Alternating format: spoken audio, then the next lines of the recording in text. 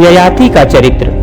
श्री पराशर जी बोले, नहुष के यति, ययाति, सनियाति, आयाति, वियाति और कृति नामक 6 महाबल विक्रमशाली पुत्र हुए। यति ने राज्य की इच्छा नहीं की, इसलिए ययाति ही राजा हुआ। ययाति ने शुक्राचार्य जी की पुत्री देवयानी और वृषपर्वा की कन्या शर्मिष्ठा से विवाह किया था। उनके वंश के संबंध में ये श्लोक प्रसिद्ध है।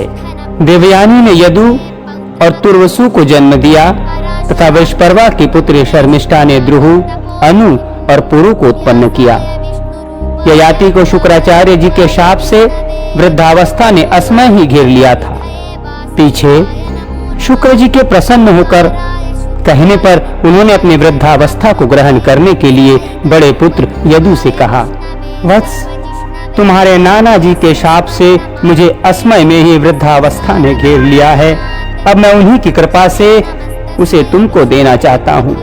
मैं अभी विषय भोगों से तृप्त नहीं हुआ हूँ, इसलिए 1 सहस्र वर्ष तक मैं तुम्हारी युवावस्था से उन्हें भोगना चाहता हूँ। इस विषय में तुम्हें किसी प्रकार की आनाकानी नहीं करनी चाहिए।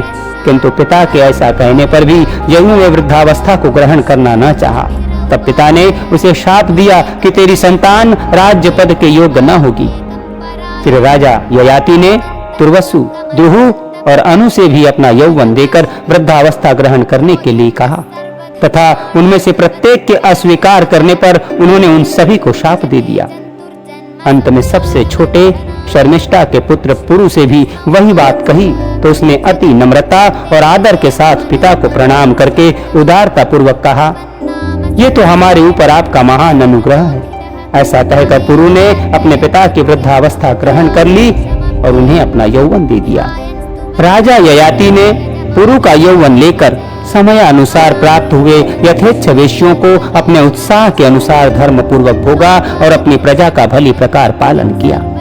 फिर विश्वाची और देवयानी के साथ विविध भोगों को भोगते हुए मैं कामनाओं का अंत कर दूंगा, ऐसा सोचते सोचते वे प्रतिदिन भोगों के लिए उत्कंठित रहने लगे और निरंतर भोगते रहने से उन कामनाओं को अत्यंत प्रिय मानने लगे। तदुपरांत उन्होंने इस प्रकार अपना उद्गार प्रकट किया, भोगों की तृष्णा उनके भोगने से कभी शांत नहीं होती, बल्कि घृताहुति से अग्नि के समान वो बढ़ती ही जाती है। संपूर्ण पृथ्वी में जितने भी धान्य, यव, सुवर्ण, पशु और स्त्रियां हैं, वे सब एक मनुष्य के लिए भी संतोषजनक नहीं है। इसलिए तृष्णा को सर्वथा त्याग देना चाहिए। जिस समय कोई पुरुष किसी भी प्राणी के लिए पापमयी भावना नहीं करता, उस समय उस समदर्शी के लिए सभी दिशाएं सुखमयी हो जाती हैं। दुर्मतियों के लिए जो अत्यंत दुस्तज्य है तथा वृद्धावस्था में भी जो शिथिल नहीं होती, बुद्धिमान पुरुष उस तृष्णा को त्याग कर सुख से परिपूर्ण हो जाता है। अवस्था के जीर्ण होने पर केश और दांत तो जीर्ण हो जाते हैं, किंतु जीवन और धन की आशाएं उसके जीर्ण होने पर भी नहीं जीर्ण होती। वेश्यों में आसक्त रहते हुए मुझे 1 सहस्र वर्ष बीत गए, फिर भी नित्य ही उनमें मेरी कामना होती है। अतः अब मैं इसे छोड़कर और अपने चित्त को भगवान में ही स्थिर कर निर्द्वंद और निर्मम होकर वन में मृगों के साथ विचरूंगा। श्री पराशर जी बोले, तदनंतर राजा ययाति ने पुरु से अपनी वृद्धावस्था लेकर उसका यौवन दे दिया और उसे राज्य पद पर अभिषिक्त कर वन को चले गए।